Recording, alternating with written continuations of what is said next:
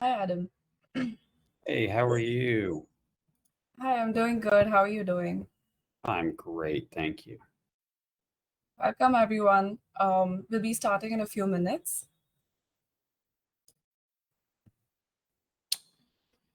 Recognize people. Hi, Nicole. Nicole and I actually met in person this week in Florida. That's great.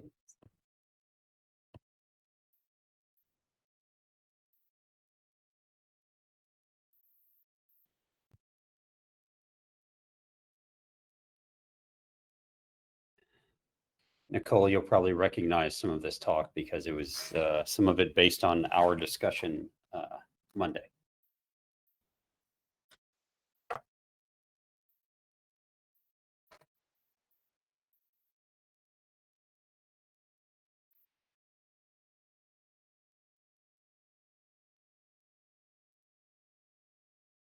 Howard, Amy.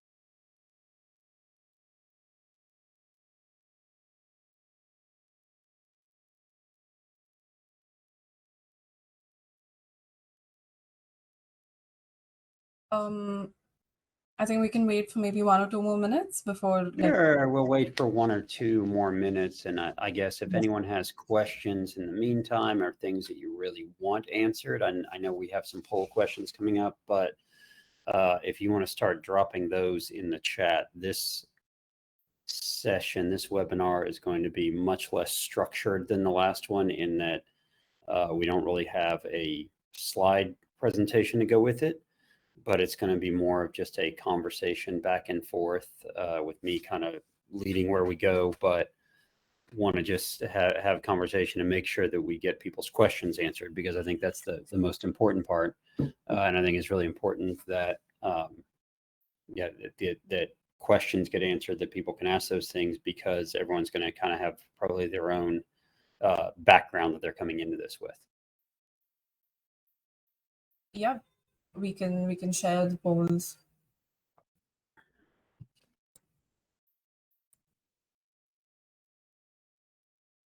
Hey, can you guys hear me? Yes. Yeah.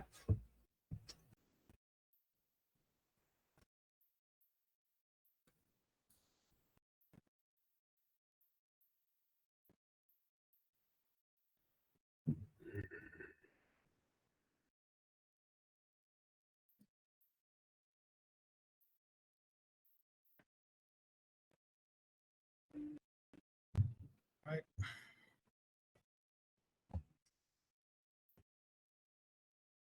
Shall we begin? Sure. Yeah. Okay. Hi, everyone. Welcome. Thanks for joining us for today's webinar on how traditional estate planning differs from crypto estate planning. Today's guest is Adam Blumberg, as I think a few of you are familiar with. He's a certified financial planner who has 13 years of experience. He's also the co-founder of PlannerDAO and Interplexis. Adam, would you like to take over and sort of introduce yourself and talk about today's webinar? Sure, I'm happy to do so, and thank you all for having me on here again to talk about crypto estate planning, to talk about legacy planning and such, because it's such a huge topic and something we want to hit. And obviously, we're going to go into more detail. As I mentioned earlier, this is going to be a very kind of loose discussion where I'm going to kind of lead it based on some talking points, but not really have a presentation around. But my background coming in as a certified financial planner, of course not an attorney, but as a certified financial planner, what we're always doing is trying to help our clients with estate planning as a huge part of what they're doing. What happens when you're not here anymore? What happens to your assets? And in this realm, we're talking about what happens to your crypto assets, because that, as we'll see, there are definitely some similarities and definitely some differences with regard to how crypto estate planning or crypto legacy planning has to fit within your overall estate plan. And therefore, if you are a financial advisor, if you are an attorney, you're going to have to think about where it fits into your practice and where it's going to fit into your client's practice. And if needed, what other technologies you're going to have to learn. So with that, I will stop for a moment because I know there's some questions we want to ask first, and then we will move on. Yeah, great. Thanks for sharing, Adam. I think we're really excited to, learn more today. So by the end of the webinar, we'll have a Q&A session. So, you can ask any questions you want to Adam and Shri. So to start off the webinar, we have a few questions. So, you can just answer what do you do? Like, what's your current profession, whether you're an estate lawyer, wealth manager. Yeah.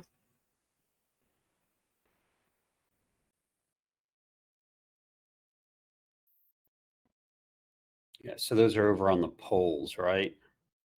The polls section? Yes. Okay.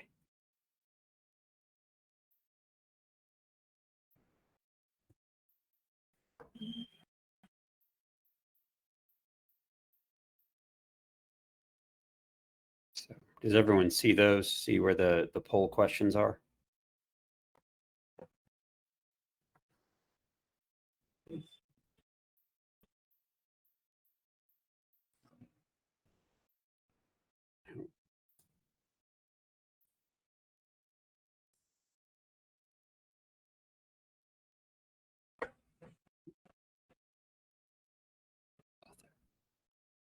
Okay. Right, we have a few others in here.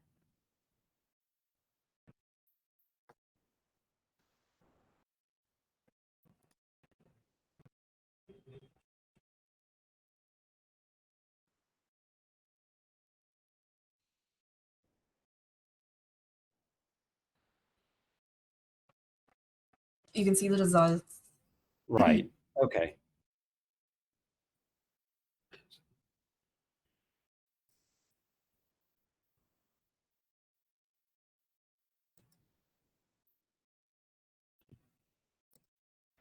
All right. You all want me to go ahead and get started? Yeah, sure. Do we want to wait for more results? Okay. So here's kind of the direction I want to go with this. First, we want to talk about how a little bit about how things work in traditional, estate planning. Whereas I know that some of you are attorneys and know this much better than I do, or financial planners and know that, maybe know this as well or better than I do. So we want to talk a little bit about the idea of traditional estate planning. And then we're going to talk about crypto planning and how they're similar and how they're different and some of the tools you can use. Okay, so the first part is we have to go into traditional estate planning. And so, as you all know, kind of the idea is that the overall idea is what happens to my stuff when I'm gone, right? That's the gist of it. And my stuff can be actual physical pieces of it could be physical pieces of furniture. It could be a car. It could be a house. It could also be my monetary stuff or my financial stuff. And in this case, my financial stuff could be my brokerage accounts, my bank accounts, my actual money, my investments, my retirement plans, my life insurance, all of those things. So traditional estate planning focuses on what happens to my stuff. That's number one. Who do I want to get my stuff? And when I was when I was actually a practicing financial advisor, that was kind of the first question. And it was very qualitative. Tell me what you want to happen to your stuff. Let's go there. Who do you care about? What do you care about? Let's go down those roads. And we would start down those roads. I want my spouse to get this. I want my kids to have that. I want to leave this behind for my grandkids. I want to pay for college, all of those things. All right, now we have to take your stuff and figure out how to get there. And we all know, those of us that are in that world know, some of your stuff, some of your assets pass through your will, which is, the process we call probate. And there are probably some of you on here that have a much better idea of probate than I do. But some of your stuff passes via your will, right? I want my child to have my car, right? I want my wife to have, I want my grandkids to have this piece of art back here, right? Through the will, and they get it. So the will basically says, here's who I want to have what. And therefore, as long as it's not disputed or anything, the judge looks at your will and says, I'm going to let Adam's grandkid have that particular painting because that's what Adam wanted. And look, I can prove that because Adam wrote it down. He signed it. He signed it before he died. He signed it when he was, of sound mind and body, all of those things. Therefore, Adam's grandkid gets this painting. Other things that are a little trickier through probate, the idea, of course, of probate is I put things in my will, the judge looks at it. The executor, of course, is the person that is charged with actually executing all of it, saying, I'm going to make sure that Adam's granddaughter gets that painting back there. I'm going to make sure that Adam's daughter gets the car and all that. That is kind of the executor's job. Also settling the estate, right? Settling, Adam died and had debt. We have to settle whatever debt Adam's estate has right now. And we're going to find some of the assets to do it. But where sometimes, again, traditional estate planning gets slightly trickier is I want my daughter to have my car, but there is a process in place via the government that says, here's how a title of a car transfers. You can't just give someone a car by virtue of handing them the keys. You give someone a car, ownership of a car, by passing the title to them. And there's a process by which you give someone title. And once someone has title of a car, they have to do things like pay taxes, pay registration, those types of things. So there's something that comes with having that car. But most of that can still be done through a probate process, and it's relatively simple. Now, remember, everything that goes into my will, everything that's probated like that, is generally part of my estate. Right. So when you're starting to add up the value of what is in my estate, and I'm making this very general, and I apologize, I'm not going to go into the gory details of estate planning, getting things outside of my estate and estate, generation skipping trusts or anything, because that's not the purpose right now. The idea is most of the things that are in your will and probate are part of your estate. So Adam dies. Everything that's in my will and everything that's in my estate gets added up. That's the value of my estate. If it's above a certain threshold, then my estate or my family owes taxes to the government on anything above that threshold, on anything above that amount. If I haven't done enough estate planning, that amount is really, really, really, really high right now. And I don't remember, I should have looked this up, but if someone can, Nicole or someone else in here, if you know, what the estate planning, what the estate threshold is right now. I haven't kept up with it like I should, but if you can remind me in the chat or something, that would be helpful. But the idea is for 99.99% of people, it's not going to be a problem. You're probably not going to have an estate tax due, at least from a federal perspective. From a state perspective, you might, but from a federal perspective, you likely will not. So many of your assets will pass just by the fact that I want them to, and I stated as much in my will. I want my daughter to have my car. I want my grandchild to have that painting. I want someone else to have this desk because it's super special to me. Those kinds of things. Some items, let's see, we got it. Thank you, 12.92 million. And by the way, that's per person. That's not per couple or family, right? So that's so roughly 13 million. So roughly, if my wife and I both pass and we have less than $26 million worth of assets, there's not going to be a tax. That's a pretty significant hurdle.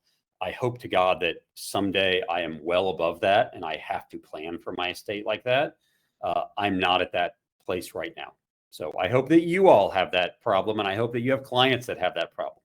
I don't have that problem at the moment, but that will actually, that number will go down significantly. In I think 2025, it is due to come down. Of course, Congress can choose to raise it back up if they want to, but right now, most people who die in the US do not have an estate tax due.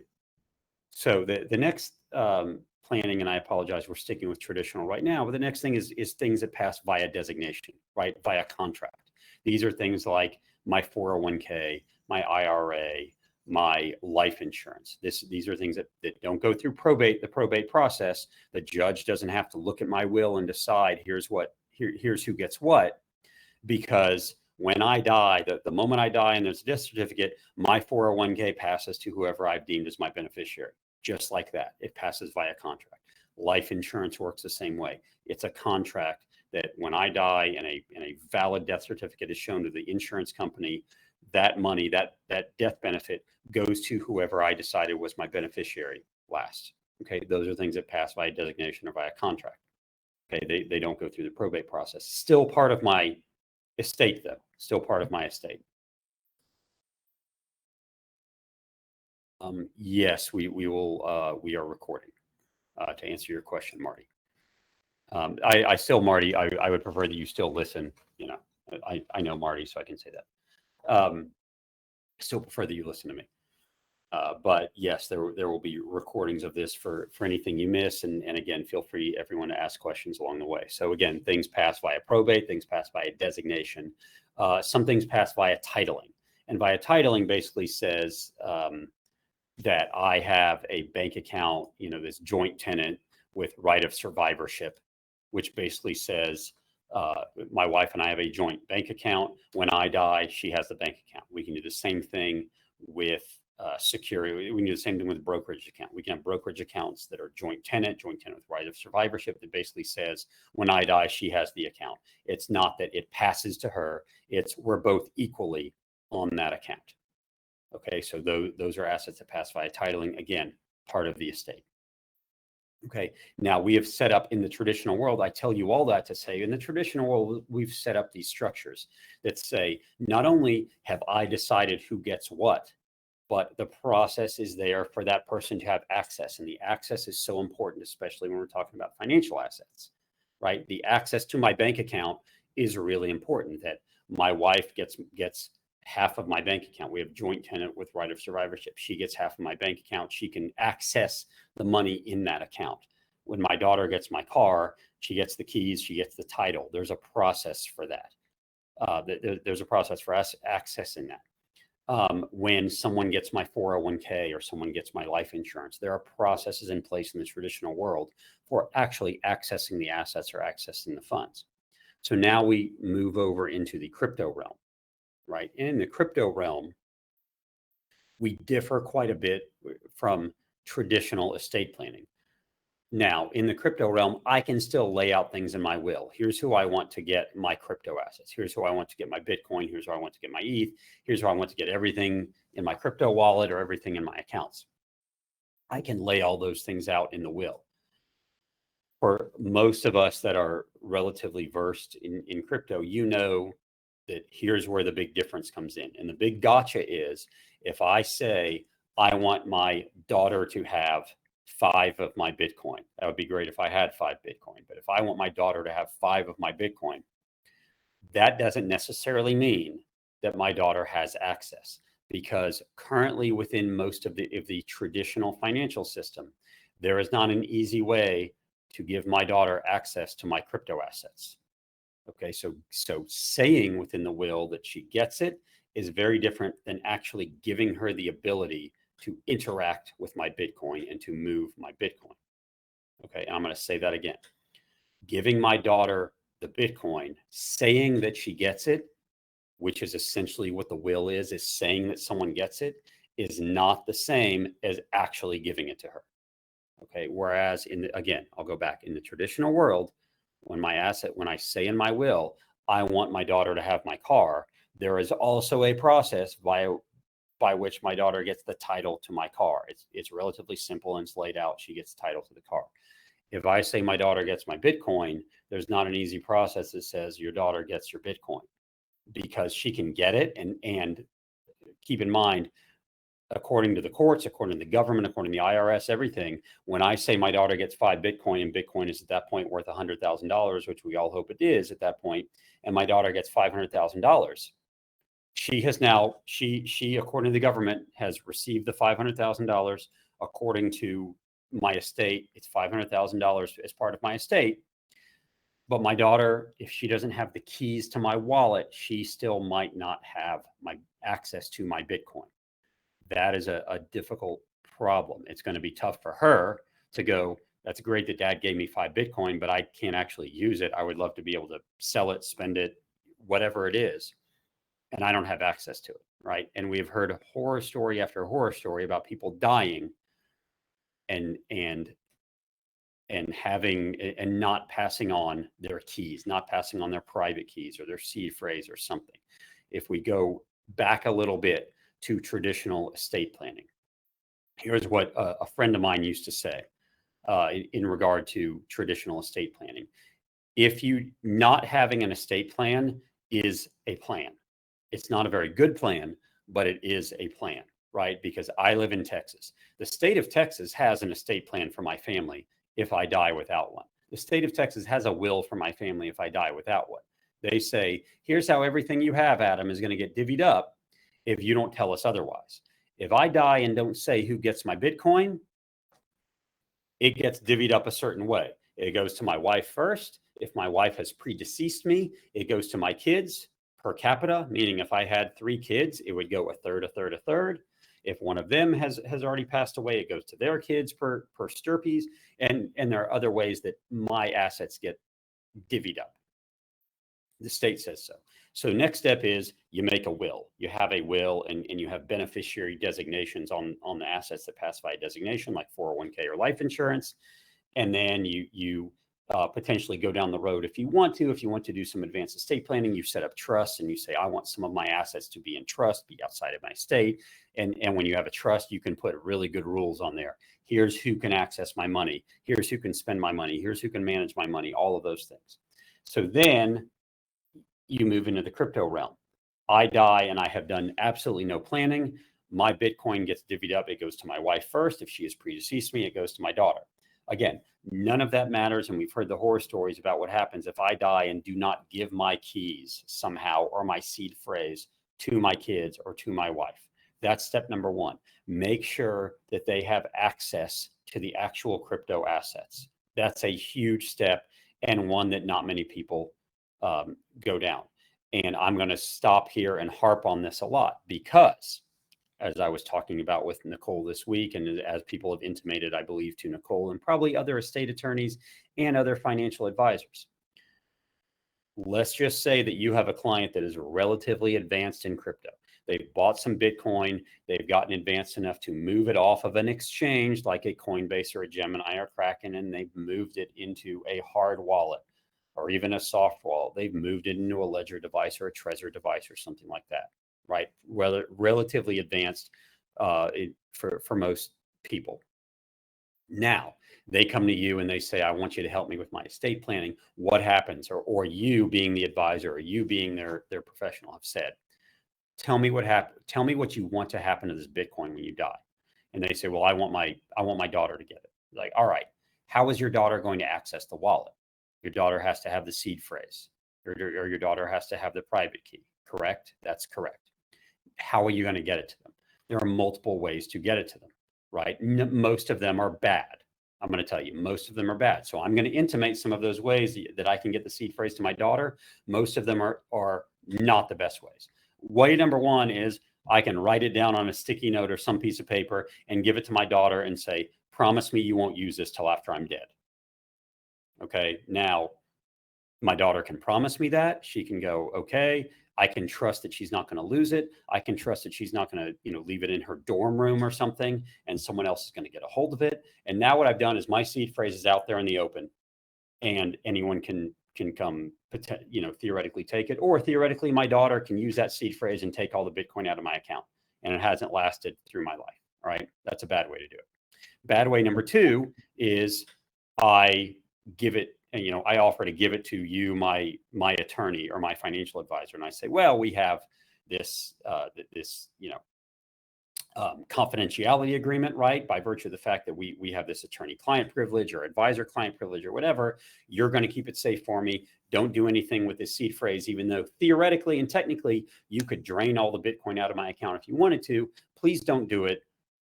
And after I'm dead, make sure that my wife or daughter gets this seed phrase. Now, you as the attorney, you as a financial advisor, don't ever, ever, ever, ever allow that scenario to happen and play out. The reason is because, one, you could be deemed as having custody of your client's assets, which is a huge no-no. On top of that, you have some probably liability there, because if you have that seed phrase written down in your office, whether even if it's in a filing cabinet that's locked and all that, someone could get a hold of it. Your office could flood, catch on fire, whatever it is. And now my daughter's never going to get the seed phrase because I entrusted it to you. And by some, through something that's not your fault, either the seed phrase got out in the open and someone stole the money, or the seed phrase is gone forever, in which case my daughter will never actually get access to those assets. That's a bad way to do it.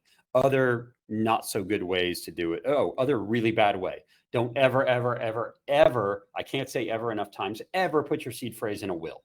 Never goes into a will or anything like that. Those are public documents. And when I die, my will gets made public, and anyone can go comb through my documents, especially with AI now. I bet you could program AI to go through every estate plan, every will that's out there, and try to find something that looks like 12 or 24 words back to back that seem random, pull them out, and I can go start stealing people's Bitcoin. Okay. Not that I would ever do that. What's that? No, on that same note, there was a case, I think it was in the news in Las Vegas. Somebody got in a car wreck and the police was searching his wallet.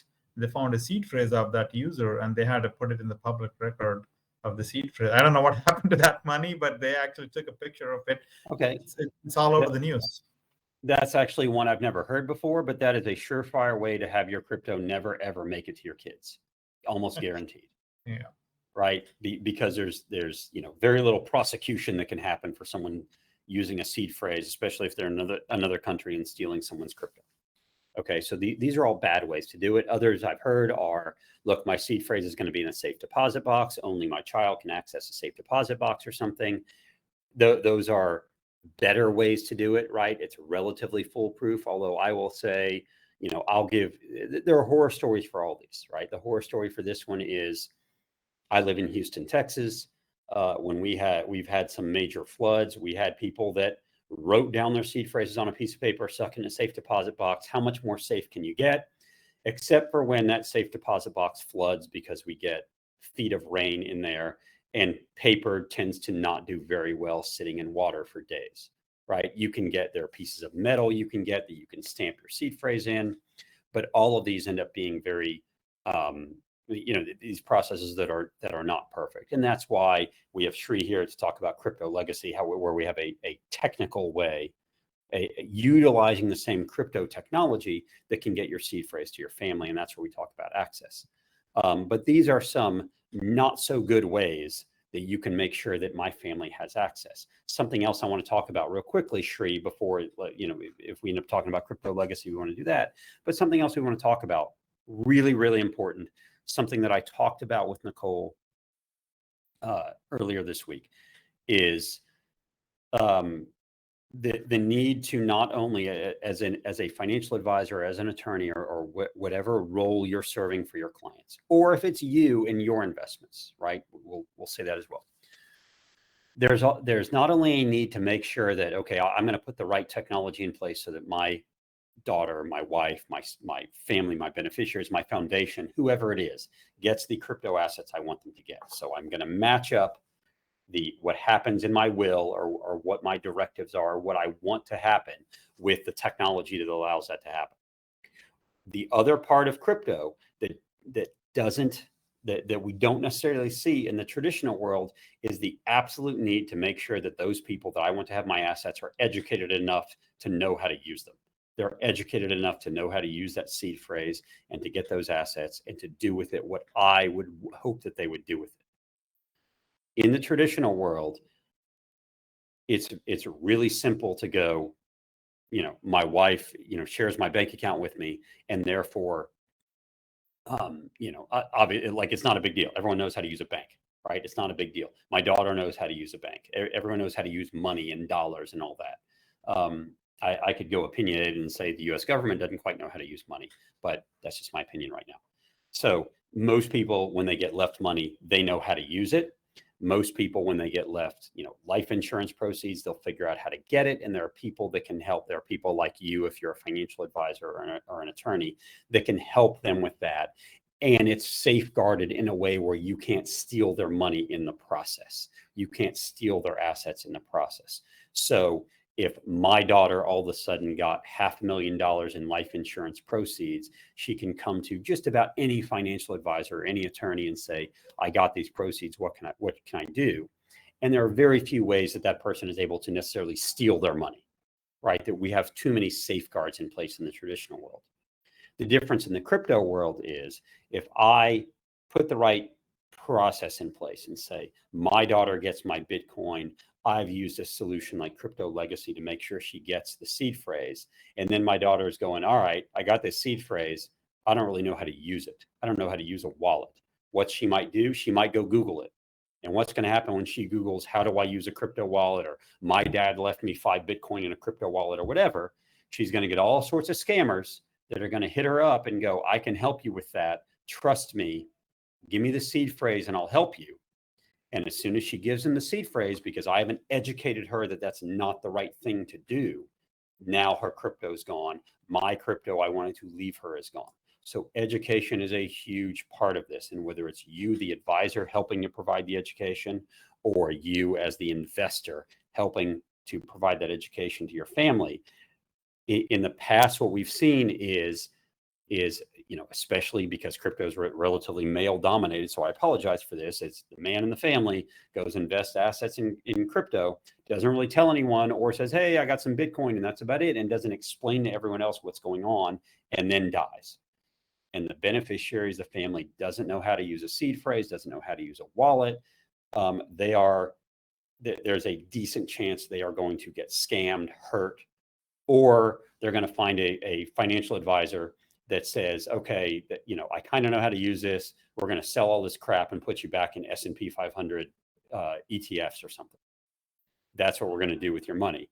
Because I have not only educated them in how to use it, but I've educated them to say, here's who the attorneys and here's who the financial advisors are that I trust that can help you with this in a way that they're not going to make you sell it and put it into one of their products.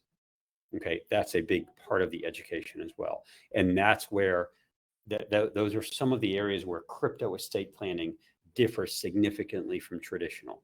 Is one, you have to get your beneficiaries access to the assets, not just tell the state, here's who I want to have my assets. You have to get them educated as to how to actually use that access and how to use those assets. And you have to get them educated into whom they can trust to help them with those assets. Okay, now, one more thing that I want to make sure I hit, Shri, here, and for everyone here, is that those that are, if you have clients or you're one of those people that is very into the ethos of crypto, right? And the ethos of crypto is the, I want to self-custody. I want to keep the assets out of the hands of the government. Some people don't even want to tell the government what they have. It's very much of keep the government out of what I'm doing. And they will err on the side of, I'm not going to put anything in my will. I'm not going to tell anyone what I had. I will, on the sly kind of leave my crypto assets to my family, but not tell the government anything about it, not leave my will, anything like that. Okay, here's why that might not be the best solution, even if you're highly against it. It's because we'll talk about it from a tax perspective, right? We'll talk about it first from a tax perspective. If I have purchased Bitcoin, and I'm one of these OGs, right? I purchased Bitcoin, or I got Bitcoin, or I mined Bitcoin back when it was 30 cents or $1 or even $1,000 or whatever, right? And I have a significant capital gain in my Bitcoin, and I leave it to my daughter, we'll say. If I don't make that a part of my estate, if I don't tell the state, if I don't make it a part of my will, my daughter got that Bitcoin, if I don't make it part of my estate, and my daughter later goes and sells that Bitcoin, her cost basis is the same as my cost basis. So her cost basis for selling $100,000 Bitcoin might be 30 cents. So when she goes and sells 5 Bitcoin for $100,000 a piece, and her cost basis is 30 cents, she is going to have a hell of a capital gain to tax on that. However, if I have made it a part of my estate, meaning that, I die and Bitcoin is worth $30,000 a piece, and I've left her 5 Bitcoin, that's $150,000 as part of my estate. Again, I'm well under that, what do we say, $26 million estate tax. This is part of my estate. My daughter gets a step up in basis. She gets that Bitcoin at that $30,000 basis, meaning when she sells it for $100,000 each, she only owes a $70,000, or she only gets taxed on, I apologize, a $70,000 capital gain. That's a huge deal, right? So there are a lot of people that are going to say, I don't want to make this a part of my estate. When you are the advisor, or you're the attorney, you're going to have to pull this out of people sometimes. Do you have any crypto? And they might not want to tell you because they don't want to make it part of the estate because they're so worried about the government finding out they have it. However, when it's part of the estate plan, you got to let them know. If you don't tell anyone and your family goes to sell it one day, their basis is your basis. If you do tell the state when you die, their basis is the price when you died, and it gets made part of your estate.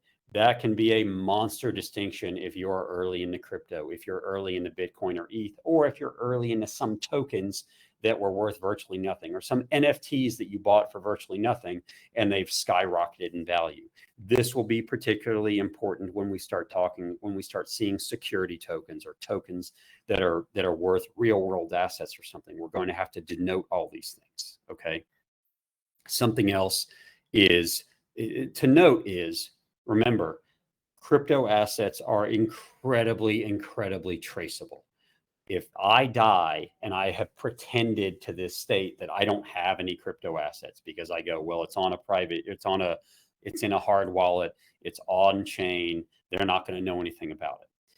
If I have had any instance of KYC, if I have had to connect my bank account to Coinbase at some point, and I bought crypto assets and I moved those from Coinbase to a wallet, and that's the wallet I'm passing to my family, it is incredibly easy for the state to work backwards and figure out, and when I say the state, I mean the federal government as well. It's incredibly easy to work backwards and figure out who I was, and I did not declare that as part of my estate. There's no estate or gift tax return done, and that's a problem for the executor of my will. Okay, so it's incredibly traceable. Make sure that you pull out of your clients what they have, because just because they have it on a wallet doesn't mean that the government's not going to know about it. It's incredibly easy, and believe me, they're working hard to be able to figure these things out. Now, all of these things I said are relative for most people that have some investment in crypto, whether that investment is a few $1,000s, a few $100,000, a few million. When you get up into the ultra high net worth, the $25 million and up, there's a whole different set of planning that can happen with regard to crypto. And that planning can be, we can look at the rails that have already been built in estate planning. So everything I'm telling you, goes into traditional estate planning, and then you look at the technology of crypto and go, how do I have to amend this so that my family has access to the assets? That's what I'm talking about, has access and education. You can go into traditional estate planning and go, if there's a family that has a ultra high net worth, I'm talking about $25 million and up, there is still estate planning you can do within crypto. You can still move assets into a trust and get it out of your estate. If you, especially now, this is a decent time. If you think Bitcoin's going to go from wherever it is today, 28, 29,000 up to 100 or 200 or $300,000, and you have a client that has a significant amount of Bitcoin or a significant amount of other crypto assets, you can move them out of their estate still. And you can still do these on crypto rails. You say, I'm going to move this outside of the estate. I'm going to take the gift. I'm going to make the gift right now. I'm going to value it today at whatever today's prices are, which are very easy to get. Obviously, we can look at any exchange any time of day, figure out what the price it is, move it out into a trust or something like a trust to get it out of my estate, to get it to my family, to get it to a foundation, whatever I might want to do with it. The only difference there is now that with that trust, because it's outside of my estate, I can't have an incidence of ownership of those assets anymore. So now someone else has to have the keys, right? So if I'm doing, and now I'm talking about just the ultra high net worth, the family office level, someone else has to have the keys, and that's where I might be looking at a structure like we see in someplace like Switzerland or Liechtenstein or something, where they have the custodial rules that say, a trust can hold on to these keys, but the trustee cannot take the assets out. They already have those legal structures in place. Those don't exist quite as much in the US. So that's when we get in the ultra high net worth. If you're dealing with the ultra high net worth clients, the $25 million and up, feel free to contact me if you want. There's a whole different set of planning that can go into that, right? But that's really not what we're talking about. But I wanted to make sure that if you're dealing with that in those worlds, there is plenty of estate planning you can do with crypto assets in that world. We can do it. It just, there are very, very, very, very few, like 5 people in the world who know how to do it. Okay. So with all that, I will leave it open for questions. Last time we did this, I didn't leave it open for very many questions. I want to make sure if there are any questions, we hit them. And I want to make sure if everyone wants, Shri is here. Shri is the creator of Crypto Legacy, who's sponsoring this and is able to talk about how Cryptolegacy is a piece of software. It's a technology that allows you to give what we call that access, that says someone can actually access my seed phrase, access my wallets without giving them the seed phrase before I die, without giving it to my estate attorney or my financial advisor, or without putting a seed phrase in my will or something like that. It's a technological way to pass on my seed phrase. And I will also open it up if anyone has any questions. Would love to hear them now. Or honestly, if anyone has any situations they've worked through or best practices, this is a great time for us to hear them all. So with that, open it up. Shri and who else is on here? Kirtana, let me know if we can open up the microphone so people can talk and ask questions, or you can write them in the chat. Yeah, we can allow them to talk. So that you can raise your hands, and we can allow you to talk. Matt says, what if someone has access to a physical asset through a Web3 embedded digital wallet? I'm not quite sure what that means. What type of physical asset that would be? Would that be something like a tokenized version? Like a tokenized asset? If that's what you mean, like if I pass the ownership of this painting behind me via NFT or via token, Matt, if that's what you're talking about, and I'm not sure it is, but look, if it's a physical asset like a painting, there's not as much like title that goes along with paintings. Like that's how I've decided that's how I'm going to pass on an asset like that. When you have assets like a car or a home, you still have to go with whatever the reigning jurisdictional law is that says here's how I pass title of an asset. We still haven't gotten to the point where we pass title of assets like cars or homes or, you know, real estate property like that via NFT yet. I hope we get to that point, quite honestly. I think that's where we're going eventually, but that's where what's in your wallet, like the NFT, will have to sync up with whatever the government has said is a way that you're able to pass, that you're able to denote ownership of an asset. Okay, but for the most part, we're not there marrying physical assets through a digital representation of ownership. Even if, Matt, even if we think that the digital asset, meaning the crypto asset, the NFT or something like that, represents the physical, if there's no legal structure that says it does, then it doesn't. Okay, like that just, like if there's no, like if I have a really nice Rolex that I've, you know, created an NFT for, and I say when I die, my, you know, my daughter gets my wallet and everything in it, and part of that is an NFT that represents my Rolex, well, then she can probably, you know, she can probably have the Rolex by virtue of that. However, you know, like if I've said in the difference there, and probably where there might be some dispute is if in my will I said my buddy Mike gets my Rolex, but the NFT that represents it is in my wallet that my daughter gets, there could probably be some dispute there.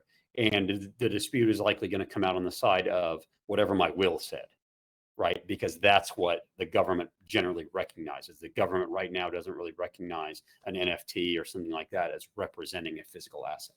So I hope that, Matt, that answered your question. I'm not sure if it did, and probably someone else who's an estate attorney could jump in as well. And I'm happy for anyone else who has expertise in this area to jump in. Other questions?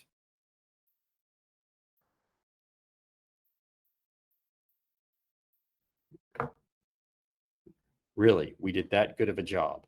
We answered everybody's questions. Everyone knows how to create a crypto estate plan now. Fantastic. I'll keep in mind also, what I talked about is mainly in regards to, much of it is in regards to crypto that is outside of a centralized exchange, that is on some sort of wallet.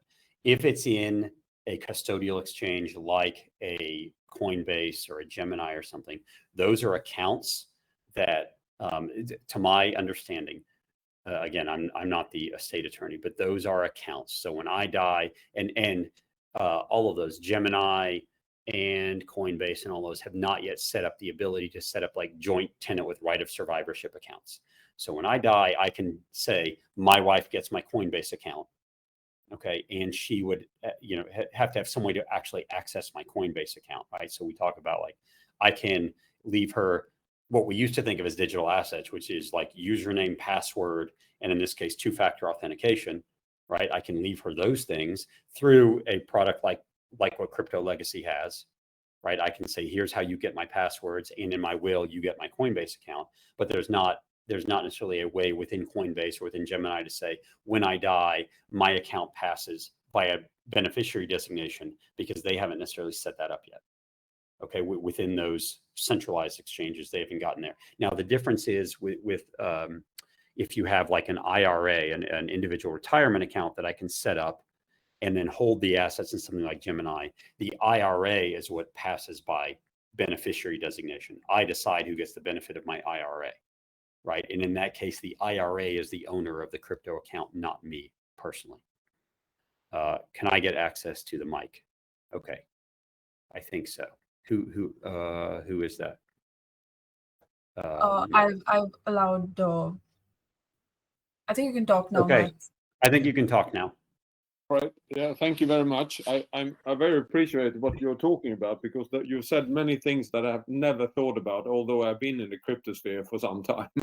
So thank you for that. And I have to use it because we are setting up token economics projects with clients, and I have never really thought about these things, to be honest.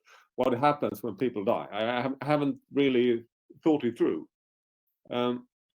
What I'm now will try to explain a case that we are working on, and I'm not sure if I can, but the basic idea is that we embed Web3 digital wallets into the code in a sensor, and the sensor is connected to a physical object and picking data from a machine.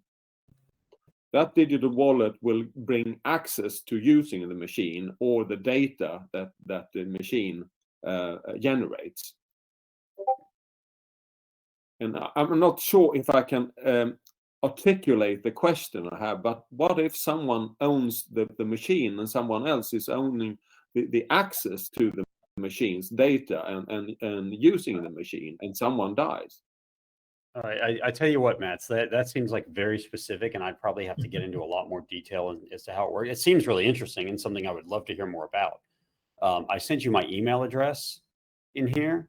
If you want to email me, and we'll find a time, not that I don't want to hear about it right now, but it seems like something I'm going to have to learn a lot more about before I can give you an answer or point you in the right direction at least. And quite honestly, I'd like to hear more about it because it sounds really cool.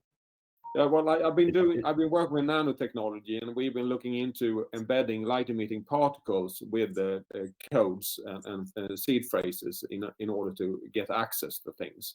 So we have been thinking about these things. I'm not sure if it makes sense, but we're trying to use.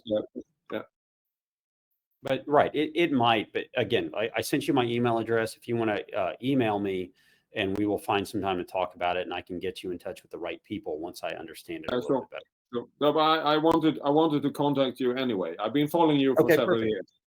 Okay, good. Well, welcome. Where are you, by the way? Where are you located? In Stockholm, Sweden. Okay, perfect. Yeah. Thanks a lot. You're welcome. Thanks, Matt. Yeah. Anyone else? Please make a request while we are waiting. I wanted to kind of say that there's a lot of exchanges. We have, by the way, introduction. I jumped into the conversation. I'm Sri Chintala, co-founder of Cryptolegacy. We have been building the solution in this space for a year or so now, but we have been researching digital assets and the solutioning for over 3+ years. The biggest challenge that Adam mentioned in terms of the legacy and inheritance and what solutions exist in this space, there's very little education for estate attorneys and wealth managers and so on. So to kind of simply put it, you have the keys, the crypto owners who have the keys, right? That are not the non-custodial accounts like Coinbase and Binance.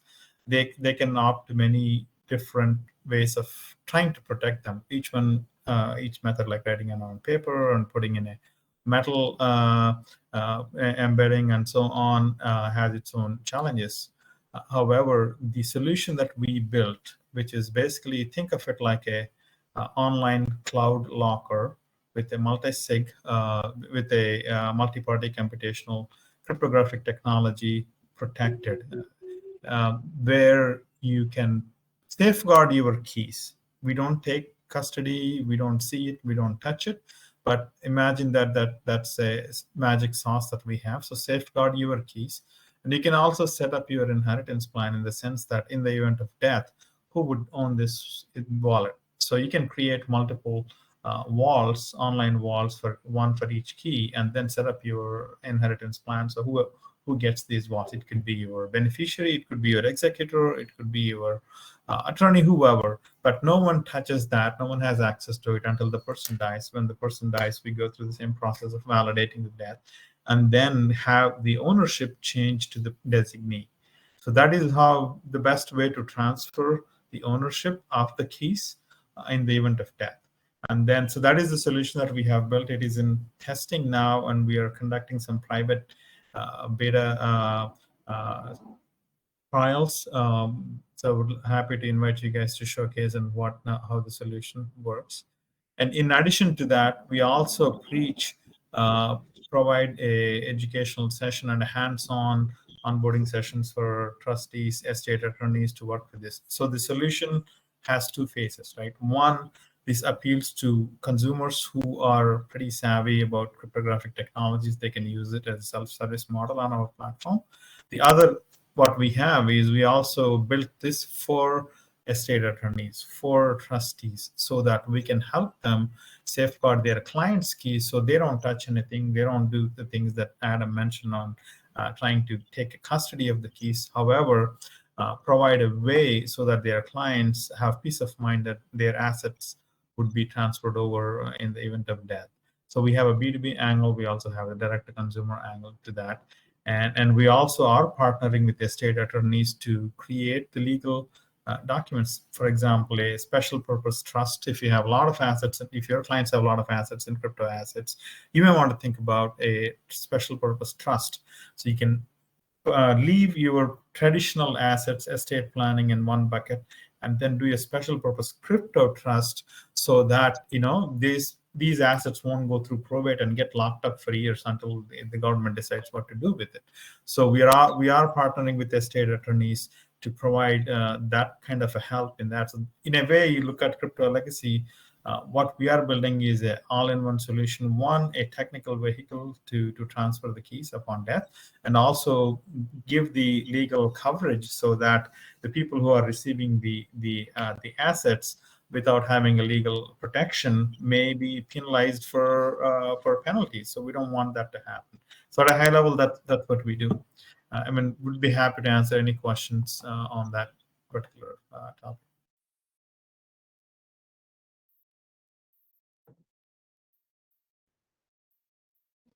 Right? I think we're approaching. Marty asked you a question about tomorrow's session. Yes. Yes, we have a demo that we scheduled for tomorrow. I think most probably we would be punting it to 7th of April. But go ahead and please do sign up for the demo that is set up for tomorrow. If we decide to move it, I know we have 24 hours, but if we end up moving it to April 7th, you'll all be re-registered for that. And we will have more demos coming up. So even if you miss one, we'll have a recording, or we will have more sessions coming up. So yeah, Marty, the tomorrow's demo that we scheduled is actually the live demo of the product. We're going to really talk about nitty-gritty on how to protect the safeguard your private keys, and how to set up your guardians, how the technology works, and how do you move the assets after death. Matt, you're asking about SPV crypto trust with a multi-sig wallet. Yeah, we're not a wallet. We are a multi-sig, not a multi-sig. We are a MPC, multi-party compute vault, VAULT, cloud locker, that acts the same as a multi-sig, but slightly different. So you have your guardians who would be approving your requests and death reports and so on, so that there's no single point of access to the vault. Right, Matt, you bring up a good point about multi-sig wallets, because we've heard situations, and that's not one that I brought up that I probably should have, in terms of estate planning of, can't I just have a multi-sig wallet, and when I die, my family gets, my wife can transact, and then we'll move assets out, or something to that effect. Or can I have a multi-sig with my advisor or something, and my wife and myself, like we have 2 of the 3 keys or something. It's still not great in that respect of having a using a multi-sig wallet as the way I'm going to transfer assets. The difference is, look, I could have a multi-sig wallet with my wife, for instance, to say, look, we could put certain rules on any multi-sig wallet to say, above a certain amount of transactions, we both have to, above a certain dollar amount, we both have to sign, or something like that. And then, but then you still have the issue of, I die, how does my wife get access to it also? And she has to have my seed phrase from my wallet that I'm using to sign into the multi-sig, right? There's still that. If you're looking at organizations that might one day have a multi-sig wallet as their treasury or something, you have to do estate planning for those organizations to say, if these 5 people are on the multi-sig, are we sure that we have estate planning in place that if 1 or 2 or 3 of those people die, that someone else is going to take that over? Who is it going to be? What is the plan for, that person can no longer sign in? Are we making sure that our multi-sig isn't, it doesn't, completely lock down when we can't all sign in? Those kinds of things are going to have to be addressed. And I don't feel like they've all been addressed so far. So, yeah, I think you were asking specifically, Matt, about crypto legacy in the product, but what it brought up for me was the idea that some people have said, well, can't I just use a multi-sig as my kind of estate plan for myself and my family? And I think it's still not foolproof, because at some point someone has to have my sign in, someone has to have my wallet, my seed phrase, usually in order to move assets out. And then the question is, do I just die and no one gets it, and I have to hope that my wife still has access to it? Have we planned for, God forbid, something happens to the both of us at the same time? How does my daughter get it? Those kinds of things. Have we planned for all that? And you can either do so in a very analog way, which is, using a vault like Unchained uses, or something like that, that says, when I die, here's the analog way to do this. Or you can use a technology solution that says, when I die, here's how someone gets the seed phrase. And again, that education goes with it. Teach them how to use it. So a multi-sig is awesome for like managing family assets or something. They're great for that. You just have to have similar estate planning in place to say, just go down those roads. What happens when, or what happened? I don't want to say if, because we all are going to die. Hate to break that to everybody, but it's going to happen. But the when is what happens when. Let's plan for those things. And can we do that in a way that is native to the technology? And in this case, we can. Thanks, Adam. I think we're on the top of the hour. Keithna, want to wrap it up, and really appreciate everyone hanging in there through the end. Right. Thank you, everybody, and hope to connect with all of you soon. I have a last question if you would like to answer. Oh, one last question, just for fun. What if I never die? That's a good question. We're going to have to see what happens to your avatar in the metaverse. That's going to be a whole different type of financial planning, right? And one of those things that we're going to have some lawyers in the metaverse and that are going to figure that out. What happens to your avatar? But look, then the thing is, Matt's, who gets to operate your avatar at that point, right? Are you going to leave that behind? Because that's essentially what a crypto wallet is, right? Your avatar in the metaverse is essentially a wallet. And so you're still giving access to somebody. So I know you're saying that just for fun, but that's going to be a real problem, right? I'm going to own real estate in the metaverse. Who gets it? I'm going to spend things. I'm going to earn things in the metaverse. Who gets it? But in reality, it's just essentially a wallet. So it's kind of the same estate planning. You're just going to have to go through who has access to it and how do they have access. In this case, access to your avatar in the metaverse is via a wallet, right? So again, who has access to the wallet? Hope that helped. Hope that was fun. That's a good one. All right. Thank you so much, everyone. Look forward to keeping in touch. Yep. So before we end the webinar, I'd just like to mention I'll be sharing the link to sign up for the live demo of Crypto Legacy.